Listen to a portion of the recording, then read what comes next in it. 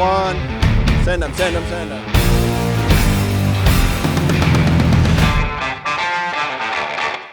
Today we are here at Las Vegas Motor Speedway, and we are about to reveal some brand new Mack trucks. We've got drone light show, we have fireworks, we have lights, screens. I am super excited. We're telling a special story for the Mack Trucks. They have new truck models that they want to reveal, and they wanted to do it in a way that nobody's ever done before. We're going to have 2 drone tunnels that trucks are going to drive through. We have a big drone show in the back that's going to have classic imagery. It's the first time we've ever done anything like this. It's going to be really, really special and really unique.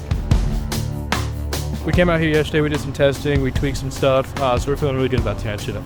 This is probably going to be one of my favorite shows. This audience is really going to be wowed.